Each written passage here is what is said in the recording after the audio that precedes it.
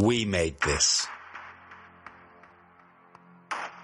Hello everyone, this is Tony, Network Chief of We Made This.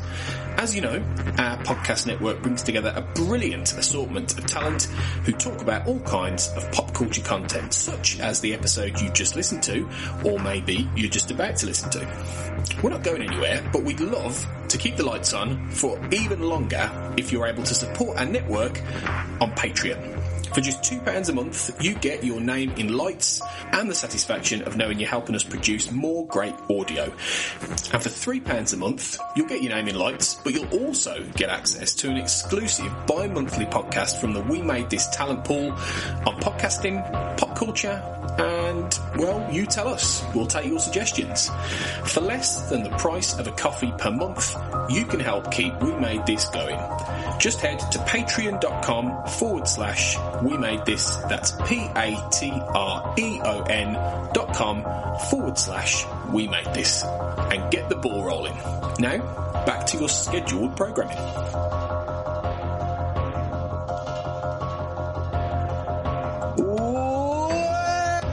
Welcome, boys and girls, everyone, to Gotham University, a podcast by and sponsored by We Made This, and the podcast by Batman fans, from Batman fans to Batman fans. Jason M here, Mikey S on the other side of the state border. How you guys doing? If you are a repeat listener, thank you again so very much for listening in once again. And if you are a first time, we appreciate you letting us pop your cherries in this episode. We got a pretty good one here today. First and foremost, Mike, how are you? I'm doing good. Thank you for asking. How's things? How's been the last 2 weeks? It's been a little crazy, been a little wild. We've had a lot of construction going on at the house, and it turns out one of our pipes were blocked. Our main sewer line is made out of clay, believe it or not.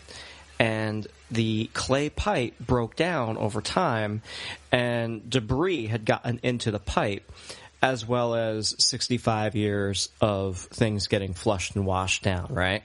So it all came to a head last week, and we had to excavate the front yard and remove the damaged section of pipe, put in new pipe, and it was the most stressful and most expensive experience of my life. And I'm so glad it's behind me, and we're out of it. And it's got to be done. That's the thing about being an adult that they don't tell you. They're like, hey, listen, you got to take care of all those things that you don't want to even have to ever think about. And your main sewer line, folks, I'm telling you, if you own your home, do yourselves a favor and call a plumber to put a snake down there. They can put a camera down there. They can help keep the lines clear and tell you if there's anything that you should be aware of. So do yourself a favor, call a plumber, have them look at your mains. Because I would never wish this on my worst enemy. I saw your posts on your Instagram stories, and my God, it just looked like a very terrible nightmare. Just one thing after another, and I felt bad. What was that one thing? Was that, because it looked like a hand that was being formed. I thought you guys dug up a body for a second there. What was that? That was like 65 years of. And I'm going to get really real and really raw here, but it's 65 years of hair, poop, wipes, whatever people shoved down their pipes. And it ultimately got caught on some of the damaged section of the clay pipe. So the debris could no longer pass, and eventually it just clogged up, and next thing you know, we got a poopy basement. So essentially, it was a body. You just had little bits and pieces of one, hair and just we had the DNA. We had all the DNA. Oh my gosh! Yeah, I would not recommend. Yeah, high school teaches you a lot of things in life, but taxes apparently and how to home own is not one of those things. Nope, definitely whatever. Do you remember home economics? Yes, I was just thinking about that, actually. I know how to build a cup holder. That's about as far as I know what to do. I'm thinking, cool. I remember standing in a classroom full of, like, sinks and ovens and, like, learning how to do basic cooking or whatever, but I don't remember anything actually useful. No, which is ironic because I think the amount of times that we've done home ec and we've cooked things, there's been times where we've clogged the sink, and things like, learning how to use a snake would have been very useful during that time. Yeah, for sure. But yeah, man, it's been a couple of weeks, and thankfully though, we're safe, everything's fine, we can get back on track, and look forward to the future. Good. I'm just glad that it actually happened. Small, silver linings, right? You got to find the silver linings. It happened before we finished construction in the basement. So we didn't spend all this money to finish the basement, and then it got blown up. Yeah, to dig everything out when you just fix and put together. That would have been it. Oh my God, that would have been it. Yeah. What a trip. But hey, man. You live and you learn, and hopefully things like that doesn't happen again. Hopefully. So yeah, man, pretty good stuff. A lot of good feedback from our last episode where we covered Zack Snyder's Justice League. So thank you folks for listening and tuning in and following us on our Twitter at GothamUPod and Instagram at GothamUPod. And speaking of Instagram, we did get a question. Let me pull up the question. What is our question? I should have opened it up before segueing in. Okay, well, while Mikey here is looking it up, real quick, what we're going to do today is we're going right back to the roots here. So the last couple of weeks we've been talking about Zack Snyder and the future of DC. We're now going to go backwards to the beginning of DC, and one of our founding fathers is, of course, the guy that we were doing this podcast for. And speaking of which, shame on me on my end, there was a birthday past couple of days ago. That's right. March 30th, 1939, an icon was born. He was published for the May issue of Detective Comics, number 27, and ironically, this would be the week that we would do this episode. We were talking about doing this episode, and his birthday was on March 30th. So happy belated to the legendary Mr. Dark Knight himself, the Batman. 82 years young and I was just gonna still say, kicking 82. And I posted a picture on Instagram the other day from the beginning to now, the very first publicized picture of Batman from the Detective Comics number 27 going into the last most famous thing we've known for now, which is Ben Affleck as Batman. And what a difference. Just the things that has gone through over the years, the cape, the cowl, the bat cave, the Batmobile, even the Batman himself. We've had different Batmans over the years and the decades. So props to keeping it young after over 8 decades. Wow. All right, so here's our question from a listener. At Septacular says, first question, what's the origin of Robin? And I suppose we're probably going to talk about this in a little bit, right? Absolutely. Okay. I mean, do you want me to answer that now, or do you want to go into the primary story, the headline? Oh, let's go into the headline. Okay. And while we discuss, when we get to that section there, the second question is, do y'all think Robin is too cheesy or too campy for the new DC universe? And I think that's something you could answer right now. That's actually I could answer that, and no. Not cheesy at all. I think a lot of people put the stigma on what we saw in the 1960s and in Joel Schumacher's Batman and Robin. When people see that, they automatically go into it's campy. They're campy. The dynamic duo doesn't work in a dark and gritty universe. Untrue. Trying to think of one big example. The animated series. I mean, there is nothing campy about those two the dynamic of those two. And Zack Snyder kind of teased it in Batman v Superman, showing us the destroyed Robin's suit in the cave, which makes you go, what happened behind those scenes? How dark did this get that the suit was mangled and covered in, essentially the Joker ha-has. Yeah. And also, just going through the comics, Death in the Family, a very, very, very iconic comic book, has a very gritty story between Batman and Robin. There is no such. It's not campy or cheesy at all. I think when it comes down to it, is who wrote these two, and if you're going to go into a very hokey PG style format, then it's going to come off very, flamboyant, so to speak. For the most part, it doesn't have to be. I don't think the dynamic between these two was ever meant to be campy. Best example would have been the breakup between Bruce Wayne and Dick Grayson, and how Dick just didn't want to be part of the team anymore. If there's anything that Joel Schumacher did in Batman and Robin that was close to accurate, it was the tension between the two. Maybe not the way that it was done. I mean, the two didn't really fall in love with a woman or was cast under a spell by a woman, but there was tension and friction between the two over the years of Grayson not wanting to be just a sidekick or just wanting to be a second-rate superhero. He wanted to be equal. He wanted to be alongside Bruce, and Bruce was always the my way or the highway kind of guy. And eventually, the two just broke apart, and that's how we got Nightwing out of Dick Grayson.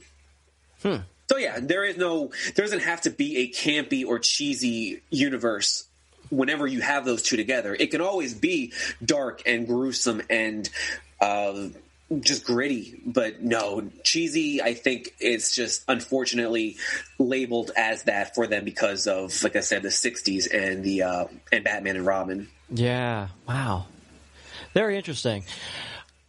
I'd love to talk about Nightwing, not this episode, but maybe later on in our series of podcasts looking at the ethos of Batman. And not for nothing, really quick though, between Dick Grayson's between his two personas as Robin or Nightwing, Nightwing was my favorite adaptation of his story as a superhero. Well, yeah, I mean he really matures, exactly, grows into the role. So it's hard to not gravitate to that story. Sure. So what? Want to go right to the beginning? Let's do it. Let's do this beginning. Let's go right back to the beautiful sunny day, March 30, 1939. Well, actually, we're going to go a little bit further before that. Okay. So, there was a man named Mr. Robert Kane who got a lot of credit for the Batman mythology. A lot of people assumed for years and decades that Bob Kane was the genius mind behind all of this. Everything that we have right now, the cave, the car, the suits, all this. And even myself, I even thought that this guy was the genius, the Stan Lee of Batman, so to speak. Right. Not true. And over the years, I would learn that there was a second person there. And even as that second person, I thought, well, he was just like the sidekick, the Robin, I guess you could say, of these two. The more I read into this, the more I realized that it wasn't the case at all. In fact, it was this man, and the man's name is Bill Finger, who was the mind behind the cape. He was the one that created everything that we see today. I posted this on Instagram also a couple of days ago. I posted a thing where I asked people who was watching it, would you believe me if I showed you this picture as Batman? And it was this blonde-haired, very average but very awkward-looking fellow in red tights, one of those robber masks, and a very stiff wing. Looked nothing like what we have today. And the reason why is because Bob Kane was the original designer of that Batman. And this goes into the very beginning here. So DC back then was called the National Periodical. Okay. Just released Superman. He is essentially the very first superhero ever. And a year in, Superman is doing fantastic. Sales are booming. The creator's making money hand over fist. So Bob Kane is having a meeting with the, I believe, the chief editor of national periodicals, and he said, "Oh, with money like that, I could bring you a superhero by Monday." And the editor goes, "Then do it." So this was Friday. So he had a whole the weekend to come up with something. And that was that picture, the red tights version of Batman was what he got.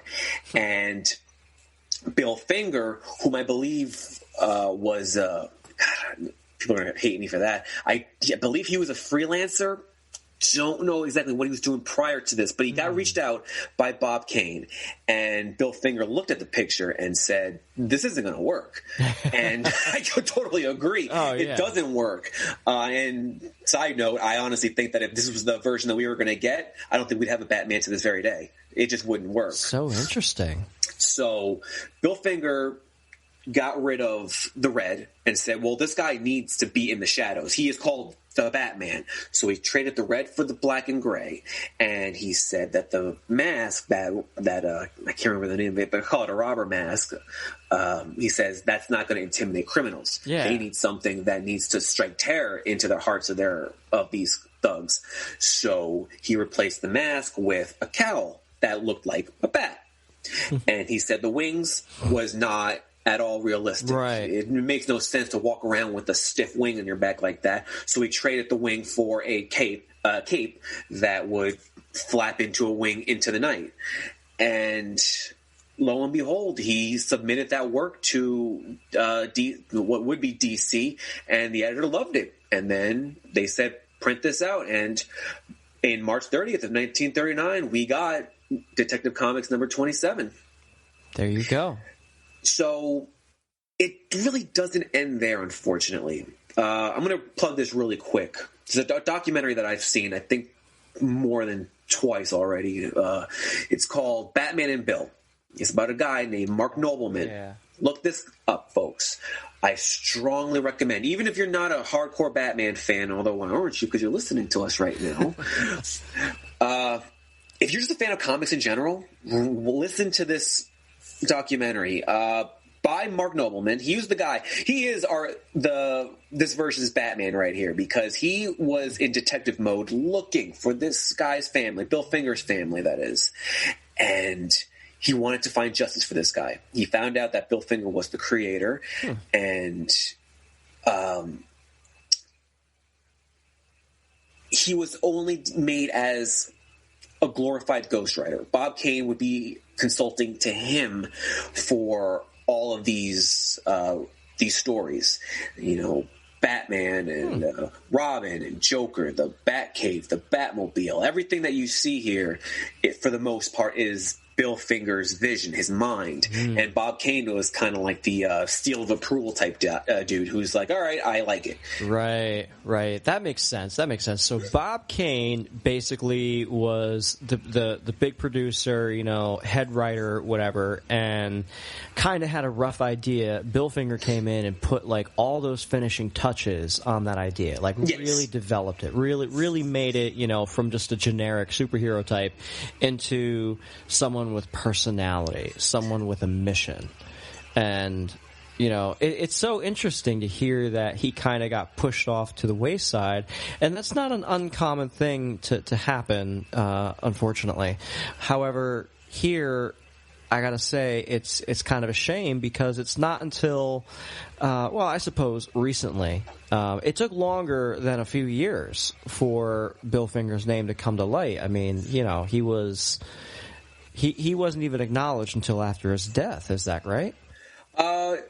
Yes and no. So he was, like I said, he was kind of a consultant to Bob Kane. He did all this work, and he was kind of in the sidelines, in the shadows, literally and figuratively. And it wasn't until the very first Comic-Con in 1965. It was Bob Kane and a bunch of DC guys in a panel, and Bill Finger was introduced there. And there was one fan there, not fan there. He would eventually become a writer for DC. They were at a bar, and he was talking to the head chief of DC. And After a few drinks, the editor's like, "Hey, you want to meet the creator of Batman?" And the guy's like, "Absolutely, we do." And they're expecting Bob Kane, but in reality, they got Bill Finger, who was just a few feet away.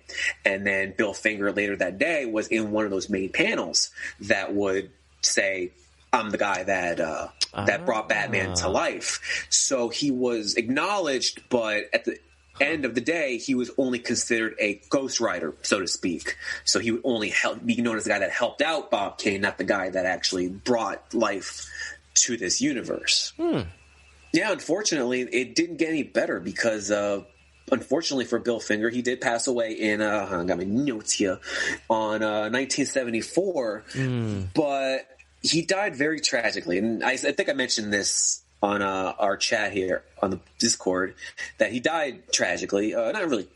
He was alone. He died alone in his apartment in Manhattan. He didn't have any family. He didn't have any friends with him. It was a lonely death. He had a lot of medical issues. No one was there to help him. And he ended up being buried in one of those anonymous cemeteries where no one knows who you are. No one knows. Man. And I believe... Actually, to this day, he is still in one of those cemeteries where no one can really visit him because no one knows he's there. Wow. Meanwhile, Bob Kane, when he passed away, got this big send-off, this whole tribute, the candlelight vigils. He was recognized for his work, quote-unquote. Wow. And got the whole 9 yards. And what made it sadder was... before Bill Finger died, like, he was already going through medical issues. Him and Bob Kane, they reached out to one another, and Bob Kane said in an autobiography that he was sorry for taking all the credit, never bothered to change it, never bothered to say, hey, I'm sorry, let me make right with this. Never did that. He just said, "Oh, I'm sorry," and eventually passed away. Bob Kane did, with the rights of Batman to Warner Brothers. Good old WB. And we're going to talk about them in just a second, about how I don't like them even more. Okay. So, yeah, and just Bill Finger got completely neglected, ostracized from the work of Batman. However, and I didn't write this on my notes, I should have, so hopefully I remember this, he did get a minor bit of redemption. So he got to write an episode of the 1966 series. Okay. And it was with him and the Clock King, Batman and the Clock King. Very popular villain, not really utilized too much in the mainstream, but he is known for, in the animated series and in the comics. He saw the episode, and he saw the credits, and he saw his name there, and his partner who helped co-wrote that episode said that he could have sworn he saw a tear come down his eyes because that was the most recognition he will ever get for being responsible for a Batman show or comic, for that matter. And and that's just... that was it for him. That was Bill Finger's highest achievement, was that episode, which is great, but this guy did so much more, and someone else took it. Yeah, I mean, it's good that we're getting that out, and we're able to celebrate, posthumously. Of course it's sad, but at the same time, it's kind of nice to see that, that truth is coming to light between the documentary and now so much of what we know. Yeah, it's oh man, I want to say something profound about creatives and their need to strive for the quality and to be recognized and loved for it. And I just keep coming back to, treat each other with kindness, like if Bob Kane saw him as an equal and like cared and was more kind about it, and I'm sure that there was something else maybe that we don't know that was, forcing a certain hand, but hey. Well, from what the documentary suggested, it was that it was money. Money talks. Bob Kane only saw green and dollar bills when he saw the success of Superman. He wasn't really fascinated with the whole Batman mythology, which is messed up. And I'm going to tell you why. This is a quick. This happened in the documentary that I never knew about until I saw it recently. In that very same autobiography, that Bob Kane said that I reached out to Bill Finger and I apologize for not, assisting him in more or giving him more credit.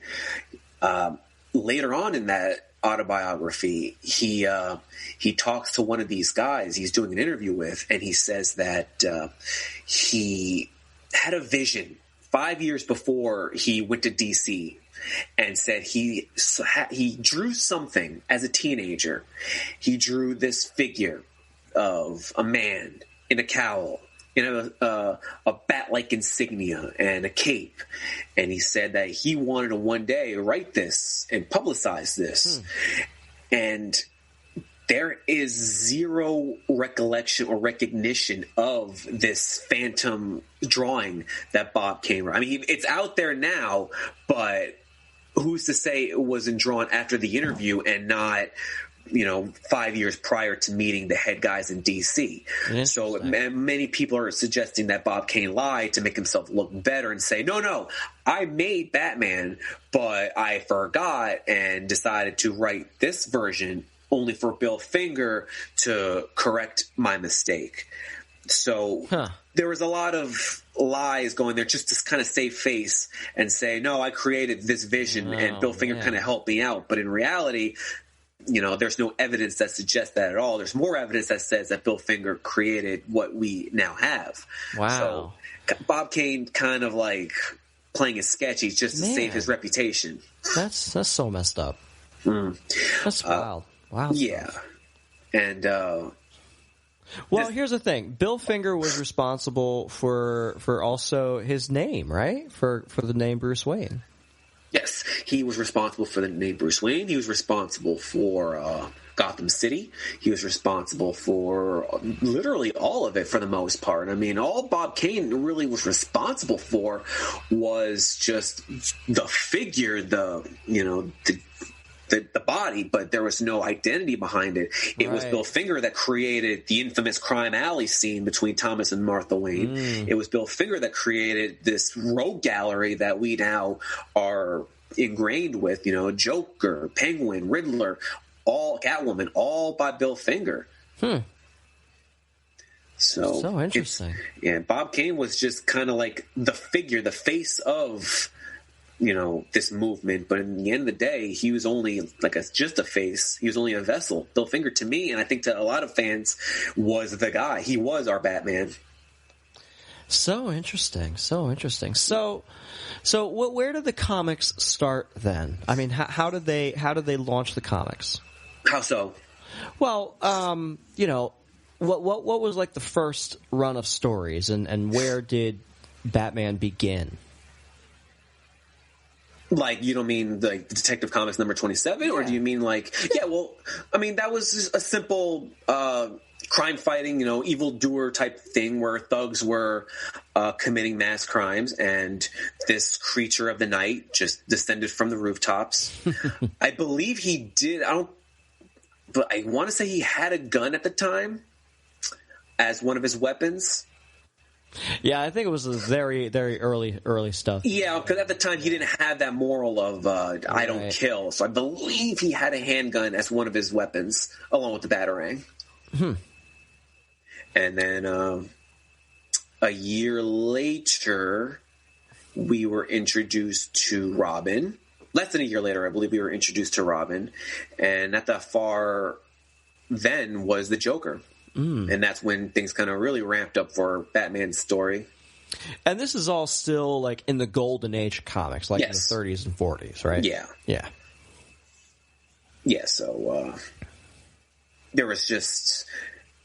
It was a big movement there. I mean, between Batman is, like I said, Batman and Superman were the founding fathers of superheroes. Nothing really existed before these two. I mean, Marvel wasn't a thing yet. Right. So that's why, And the funny thing is in the documentary, Mark Nobleman, he's showing us, how big of an impact these characters were, and he showed Superman section in the comic books in this comic store, and he's, there was like a good one shelf version of all of his stories, and then he walks over to Batman's section, and there was like 4 full shelves of just stories of everything that Batman has been a part of. So, wow. I mean, he's been all over the place. He's a major staple, and he went to a school, and first thing he did was show the iconic black and gold insignia, and he's like, does anybody not know what this is? And no one was able to raise their hands. Like, everyone. I went to every single school in every part of the world, from the United States to South America to, I think he said, China to India, and everybody knows what that symbol is. So, it all started from 1839. So moving on into the Silver Age, when the iconic Batman kind of like started morphing into kind of what we know him to be in the modern day era. Mm-hmm. The introduction of Catwoman, getting more villains to fight with in the Rogue Gallery. There were, and the look also changed. I believe that's where Bob Kane gets a little bit of credit, is that with the change, he added some things to it as well. He definitely they actually added more characters, more in-depth storylines, more detail to his background. That's where we found out more about Bruce Wayne's history, how he became the Batman. And it won't be too long after that till we got the TV series, the 1966 series. That's right, with Adam West. Mm-hmm. And that's where it all started for the campiness and that hokiness, was the 60s, because I believe sales were declining for DC, and they wanted to change it up. And what better way to change it up than basically reboot the entire character? So they made him from a dark and gritty character to a very PG Bat-2C type of guy that would dance, and in the middle of his crime fighting would give us some, very important life lessons in life, like, look both ways before you cross the street, or check your expiration dates on your milk or something. I know there were some cheesy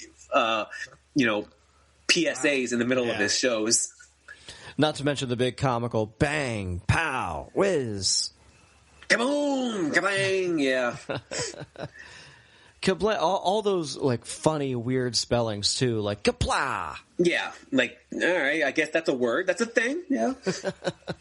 It's supposed to be like a sound effect, but... Yeah, well, it is, but I don't think I've ever heard anything make a kaplooey sound. But then again, right?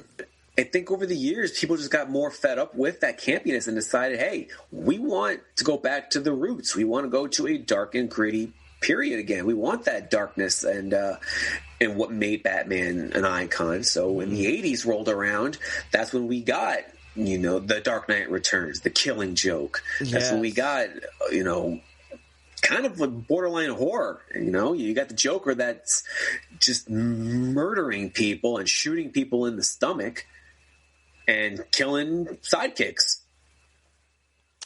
Yeah, those get really intense. A lot of those were written by Frank Miller, who is also famous for the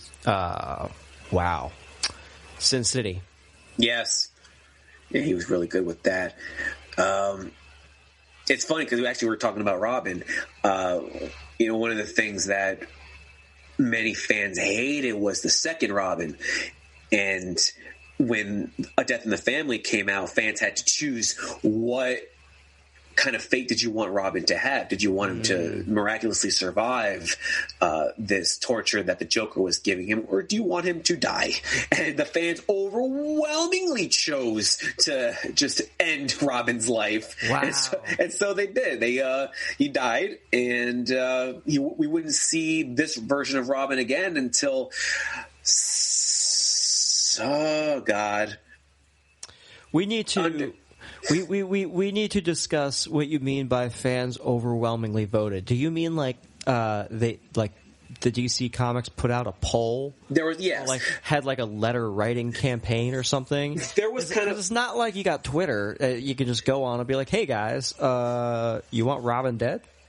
There was a campaign going out there, kind of like a choose your ending type thing where they wanted fans to decide, what did you want Robin to do? Did you want him to die? And I don't remember what or how it got published or how it got posted. I believe it was through like newspapers and magazines and other comic books. But yeah, fans just didn't like Robin at all. They didn't like Jason Todd to replace Robin.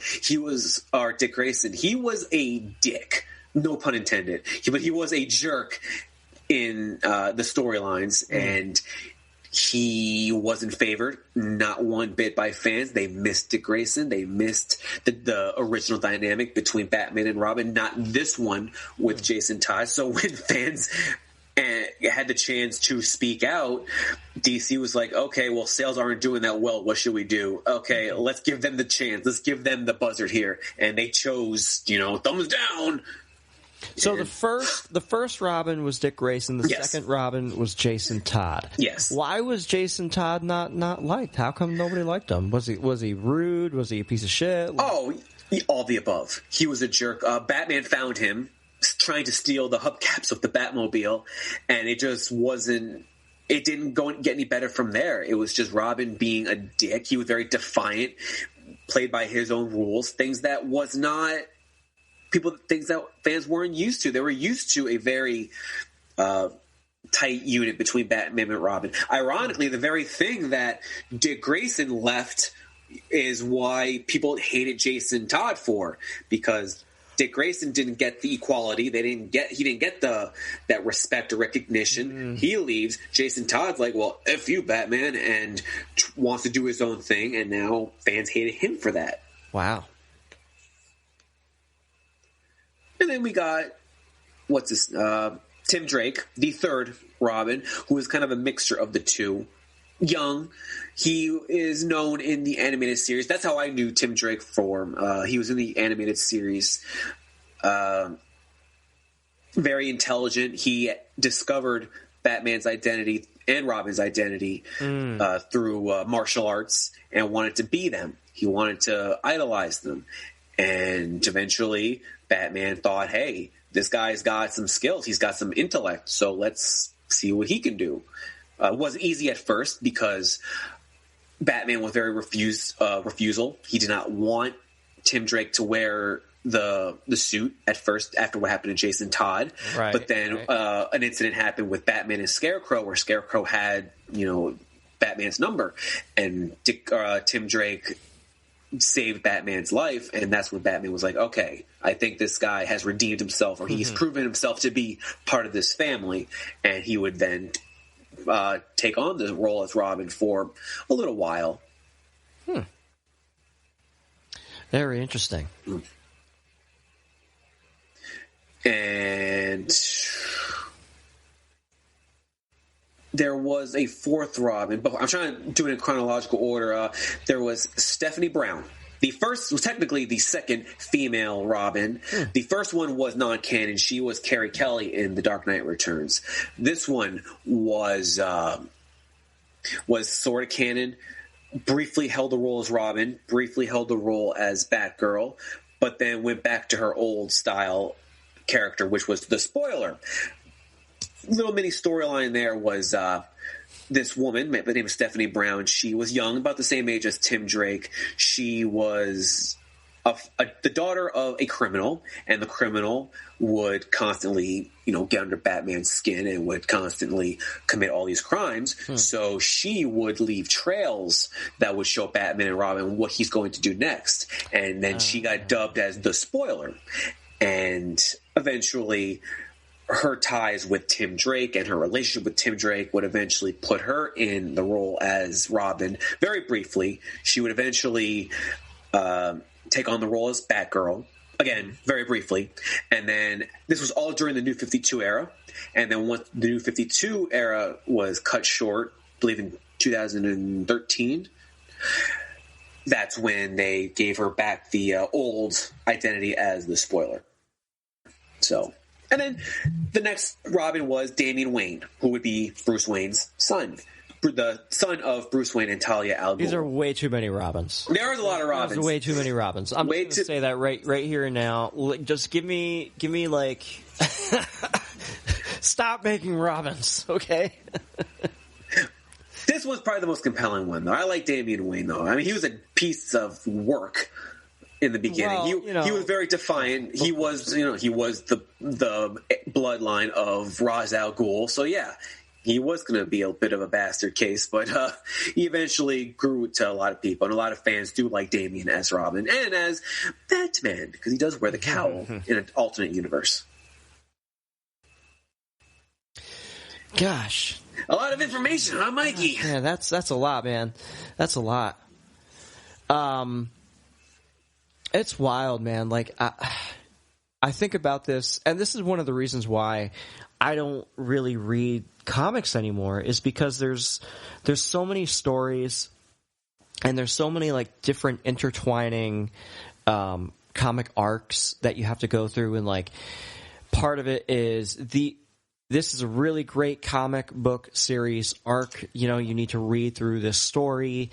You're going to love it. And yeah, 9 times out of 10, I do. But it's never enough to make me want to go and just jump into a new comic book series, because then it's like, where do you start? Where does it end? And it gets very confusing. And I get, like, how exciting that is for a lot of people, where they want to get into this world and just swim in it and get engrossed and fall into it. But I don't know. I sometimes I feel this way about video games too. Like open world RPGs, they're so big and there's so much game to play, and you're like, where the hell do I even start? And I think that's what turns off a lot of people. And Marvel comics too. Like, people love the movies because it's a linear story and you can grow with them and see the character arcs develop. And that's amazing. And that got so many people into reading the Marvel comics. I imagine it's the same thing with DCEU, where even more people have picked up those comics because they recognize these characters. And to that I say, awesome. I don't know what it is. It's hard just to get started sometimes. And this is part of the problem, where all the writers keep coming up with all these new characters and new stories, and they keep calling it the same, like all the names are the same, like Batman, New 52, Batman, new series, like Batman, the new, I don't know, like. There are a ton of universes that a lot of fans have to really focus on. There's one that's your primary universe, and there's ones that, phase out into something entirely different. And it's a double-edged sword, because on one hand, you have a Batman for every different type of style that you want. It could be very kiddie-friendly. It could be very dark. It could be very balanced. It could be entirely bizarre. And then some people might say that is a lot to take in. It's a lot of information to process. And if you are a hardcore comic fan, you're going to love all that. You're going to love all those pieces put together. But if you're a casual fan, or not even just above that line, you're going to say, like you did, that's a lot to take in, so. Yeah, it really is. So what would you suggest? Like if I wanted to jump into the comics, into the world of comics, and I don't know where to start, where would you point me? Are you about going in chronological, or do you just want to go, okay, let me just... Well, here's the thing that I think a lot of listeners and folks in my position want to know. It's like, give me a good, meaty story that will keep my attention, and from there I can branch off. Like they want a good story first, whether it's chronological or not. Okay, I got you right here. It's appropriate too, because they're going to make an animated movie about this later this year. Batman: The Long Halloween. I know a lot of fans out there who know Batman know this story. It's a 12-month issue. It goes from Halloween to Halloween, and it is based on a killer called Holiday. Yes, who strikes a victim every month in the calendar. And we eventually get another victim named Calendar Man, who eventually, I believe actually, I'm not going to tell you. I am not going to tell you, because there is a twist on this. So, but point is that it's a 12-month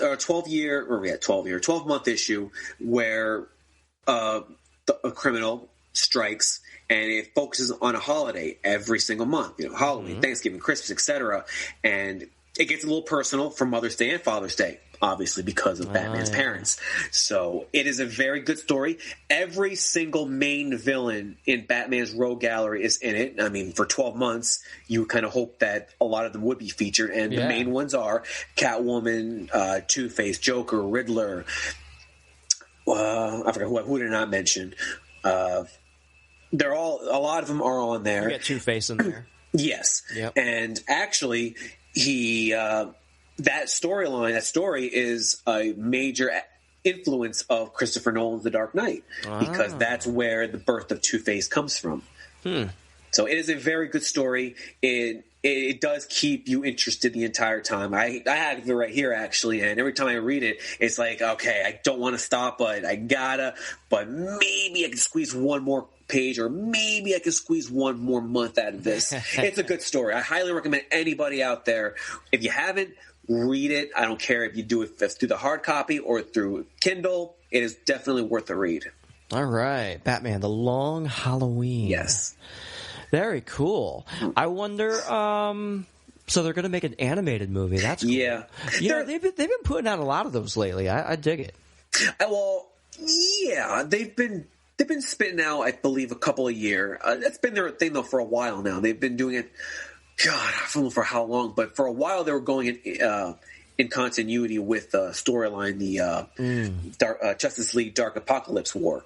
You know, I don't know if you watched that or not. Very gruesome movie, and I loved it. It was a very good movie. I believe I don't know who took who first, but I think Zack Snyder either took pages from that movie, or the movie or the creators took pages from Zack Snyder's version. Very similar, and it's very good. Like, again, that's a DCAU movie that I would highly recommend. You might need to watch a few others. There's a huge list that leads up to this movie. Great storyline. Wow.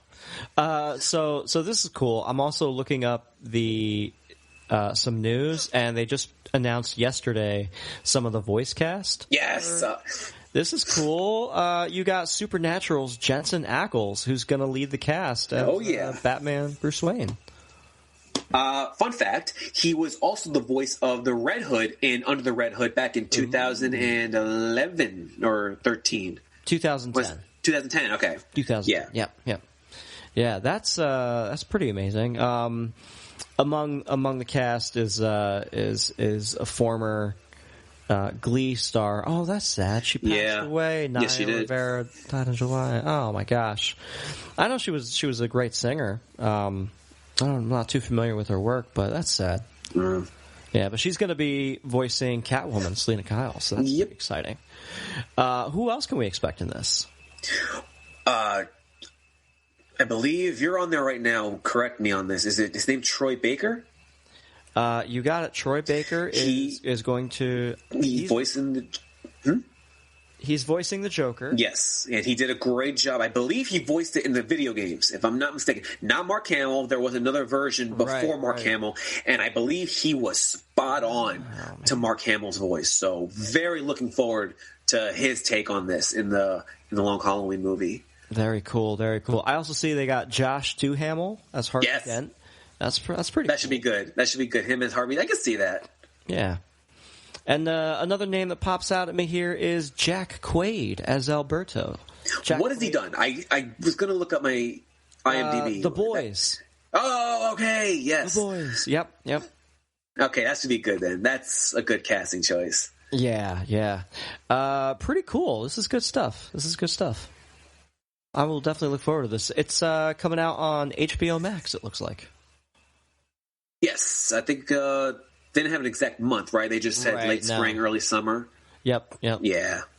So it'll be a HBO. It's a two-parter series, I believe. So I don't know when the second part's coming out, but they did announce for part one in later this spring or That's summer. Exciting. I love that. I love that they can adapt these stories to the screen in that kind of way. You know, like it doesn't have to be this big live action flick to bring in, but you know. It would be cool. Not for nothing, man. I would have loved to have seen The Long Halloween as a mini-series event. Like, imagine Ben Affleck doing this. And if you read the comic books, folks, it would be fantastic. Do not lie, because it would be great to see Ben Affleck just beating the tar out of all these villains. Carmine Falcone is one of those villains in it. So to him to do that, I think it would have been perfect to do a Ben Affleck style Batman in A Long Halloween. Yeah, I'd love to see any of them come back and do that. I mean, I just feel like a lot of fans, they want that one-to-one, shot-for-shot remake of their favorite comics. But as a creator, it's so uninteresting to do that, you know, which is why the animated universe is so perfect for that sort of story to be told. There are certain comics that I would have loved to have seen, but like you just said, it would be difficult to transition into live action. Hush, I don't know how well it would have been done. I mean, maybe it would have been fantastic, but you know, seeing it on a page and then going into the silver screen or even just HBO Max, I don't know if it would have, you know, resonated just as well or not well at all. But I don't know how that would have done. Red Hood was one that I don't know if I could see. I would love, if it could be done, please do a live action Red Hood. Otherwise, it was perfect the way it was as an animated movie. Well, it would be cool to see a proper The Dark Knight Returns. And as a live action? Yeah. Oh my God, yeah. And you know, not for nothing, I know I don't want to go back into Zack Snyder. We're trying to move away from that. I know. But really quick, at the end of the movie, with Batman standing on top of his version of the Batmobile from The Dark Knight Returns, if you look very carefully, and I'm sure a lot of people didn't, I had to go through Instagram to find this, you see Batman standing on top of the Batmobile, and just next to it, you see a group of criminals tied together and I believe handcuffed, and it is a perfect image of the mutants, is the gang from The Dark Knight Returns, also being tied down and, you know, restrained by Batman. And I thought, Jesus, I never realized. Like, I think I saw the movie 5 times already, and I never noticed until the third viewing where I saw the mutants tied back, and I was blown away to see Zack Snyder actually, you know, focus on that very subtle piece of the comic book pages. Just a tease. It's just a tease. That's all I wanted. Now I want a live action Dark Knight Returns. It was such a good work. Good job. Oh man. What a tease. What a tease. Yeah, I don't want to harp on it, but man, you know, Warner Brothers, they definitely have some thinking to do. Yeah, man. They really do. And a very quick thing. Actually, you just reminded me. My whole grudge against Warner Brothers now, how it increased over watching this documentary. Okay, so what happened? So, Bob, after several months of research, the guy Mark Nobleman, he found an heir to Bill Finger. He not only had a son who was bisexual, but he had a daughter. So Bill Finger had a granddaughter named, I believe, Athena Finger. He found her through MySpace, old school, and she tried to also, along with her father, give Bill Finger credit to the Batman character, to the rights of Batman, and to no avail. And I believe it was The Dark Knight that they invited Athena to, be a part of the world premiere, to the red carpet opening. And, they gave her the full 9. They gave her, the limousine service, the hotel service. They did everything great for her. And afterwards, she wanted more. Not more like monetarily or financially. She wanted the rights for Bill Finger to have credit as Batman. Okay. And that's all she wants. She doesn't want money. She didn't want any of it. So what Warner Brothers did, because DC is under the Warner Brothers banner, right, sent her a letter saying that, thank you for coming out to the world premiere. Thank you for, everything that you've done thank you for Bill Finger to all this stuff, all, contributing to the Batman character. Here's a letter. I want you to sign it. And there's an X amount of money attached to it, saying that if you sign this, do not talk about this ever again. Batman is Warner Brothers, and Bob Kane is the rightful owner to that character. And Athena did not like that and said, I don't want the money. I want justice, no pun intended. Sure. And she fought, and there was a big movement for a while. Now, it wasn't as large as what we got with Zack Snyder, but there was still a movement there, and they pushed, and eventually a letter was returned, and they had a court hearing to, settle things, and after months and months, finally Warner Brothers responded. They said that after months and years of this, we have decided now to give Bill Finger credit for Batman under the Gotham TV series. Oh, okay. And his first Bill Finger will be introduced as the creator of Batman in Batman vs. Superman Dawn of Justice. Okay. And future projects here on out. So they won. Bill Finger's family did everything they could, and they prevailed. And it was funny because they showed the narrator, the author, Mark Nobleman, sit down and watch Batman v Superman, and I kind of did the same thing. I didn't do it as loud as he did or as, blatant as he did, but he sat down and the opening credits started, and it said, characters based by, and it said Bob Kane with Bill Finger, and he did this fist pump in the air type thing. And in my mind, when I first saw Batman v Superman, I thought the same exact thing. I'm like, yes, because that was a big story back in the day when the BVS was coming out, was will Bill Finger get credit? And he did finally get the credit, and he well deserved. He deserved to get the credit for it. So after years and years of battling, he finally got some recognition. The story. Yeah, so there was a happy ending to all of this. There was justice prevailing. So that's good. That's good. I'm glad. See, it's gonna be okay. It does get okay. It does get better. Does get okay. Oh man. So takeaways, big takeaways today. Bob Kane, Bill Finger, original creators. Bill Finger got basically pushed out for all of his life and posthumously is being celebrated. And we have many iterations between the golden age, the silver age of comics, and then we have our modern era.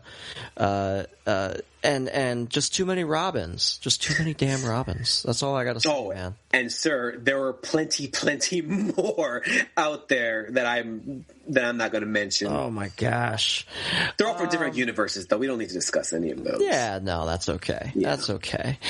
The Long Halloween is great. Personally, for me, you and I have talked about this before. Maybe some listeners who have heard us before we transitioned to We Made This, you heard us talk about this. But one of my favorite comics growing up was the Batman versus Predator series.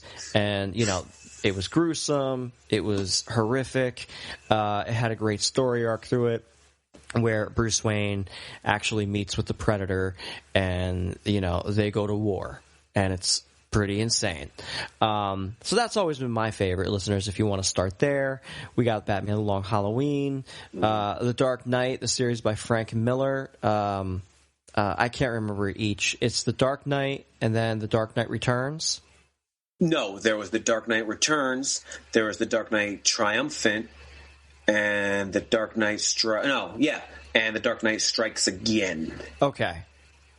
All right. So there's those three parts. There you go. Yeah, that's an intense storyline. Yeah, and one of my personal favorites is a cult classic. I don't think it's gotten as much mainstream headway. We mentioned this we made this, The Court of Owls. The Court of Owls, yes. It's been adapted in the Gotham TV series. They've done an animated movie on it. I don't think they can do it justice. The comic book still stands as the best iteration, and I hope that if it ever comes to life in the big screen or even on HBO Max, that they do it the way the comics gave it to us, because I'll probably read it again later this weekend because it was a fantastic storyline. Wow. So I definitely recommend people listening to or reading that one. Shout outs. Jay, anything else for tonight?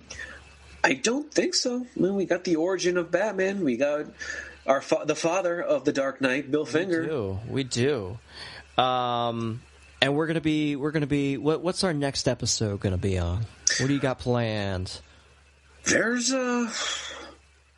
what do we have going on? I mean, you tell me, what do you want to learn? What do the people want to learn? What do the people want to know? What do the people want to know? I was thinking we could let's do it. Let's take a crack at Court of Owls. Okay. Let's go through it. Read the comic. We'll come back. We'll talk about it. We'll discuss it. We'll review it. And, it'll be great. Great, because I would love to pitch this. Because, like I said, a fantastic story. All right, so comic and animated movie? Or just comic? We can do animated. Yeah, I got it somewhere buried in the vault somewhere. So, yeah, we can give that a listen. If we can find it accessible, of course. I believe it's on HBO Max. All right. It's not under the name Court of Owls. I believe it's either Batman and Son or Batman versus Robin. They're both on HBO Max, but one of them is based on the Court of Owls. Okay. That's great. Well, we will discuss it, we will review it, and that will be our next episode that goes live on WeMadeThisNetwork.com. Our brand new home of the We Made This Network. Pretty cool stuff. We're expanding. There's going to be another podcast dropping that we've been invited to called DC from A to Z, which is covering each and every DC Universe hero and villain one by one. And that's going to be airing on our network.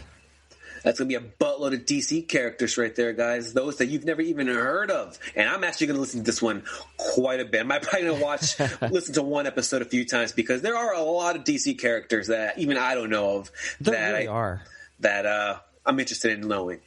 I mean, it's the same thing with Marvel, right? There's so many superheroes, and you're so many. Come on, like the Calendar Man, the Kite Man. These are such silly names. And you're like, how can anyone take it seriously? And, to the question earlier, is it too campy or cheesy to be in the modern era? No. They sound cheesy. Booster Gold. When you hear that name, what do you think? I actually don't know that name. So, but when you think of it, do you think, this is really ridiculous? Or I mean, he sounds... I get the image of Macho Man, the wrestler, in my head. I don't know why. That's just popped in. And maybe he plays bass. Before I knew who he was, and I still am not too familiar of his character, but before that, do you remember the Christmas movie Jingle All the Way? Oh, yeah. Remember Turbo Man and Turbo Man's sidekick? Yeah, I do. I remember Turbo His sidekick was named Booster. So when I think of Booster, I think of that. And I think of this giant pink wolf. Oh, my gosh. And it is far, far from what that is. Yo, that's hilarious. That's hilarious. Shoot. Well, that's going to be a good podcast for us to get into, too.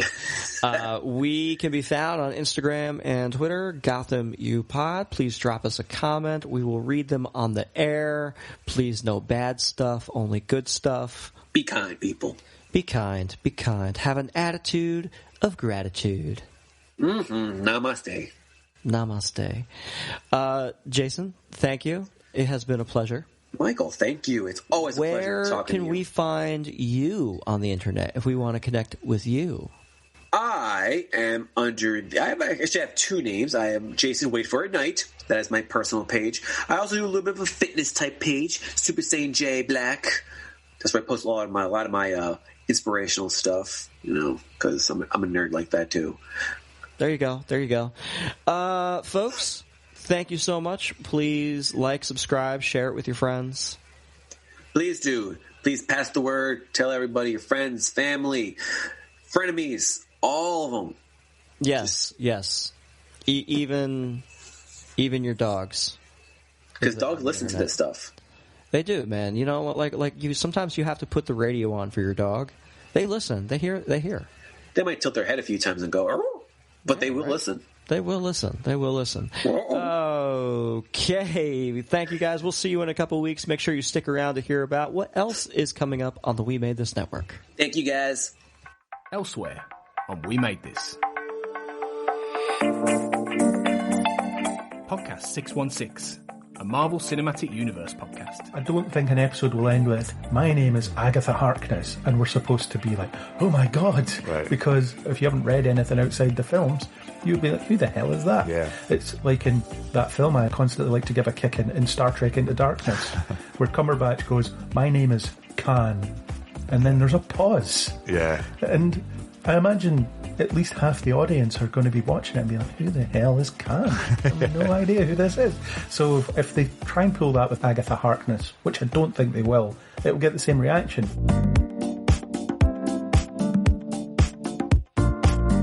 Pick a disc. It definitely fits like I think there's a danger zone in a few ways for Teen Girl, where we try to write songs that sound like a band from the 90s that we like.